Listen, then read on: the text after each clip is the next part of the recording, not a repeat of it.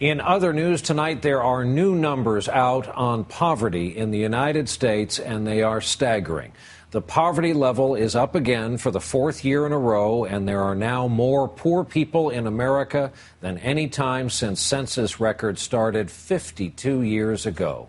NBC's Chris Jansing is with us tonight with more on this. Chris, good evening. And Brian, as an example, just a year ago, the Hidalgo family in Florida was living the American dream. They had good jobs, a nice house. Their children were happy, and so were they. When we first met the Hidalgo family 3 weeks ago, both parents had been out of work for a year, putting a face to today's devastating report on poverty in America. More than 46 million Americans were living in poverty in 2010. That's more than 15% of American households. And nearly 50 million Americans don't have health insurance, 16.3% of all households. The Hidalgos lost their insurance last March when Angel was laid off as a building manager. The condo complex where he worked foreclosed. It's a nightmare, put it this way, it's a nightmare.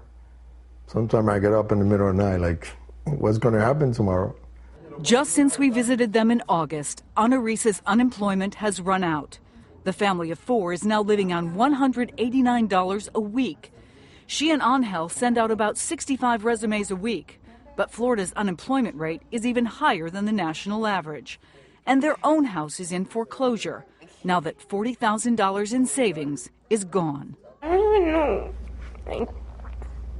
How can a 15-year-old deal with this?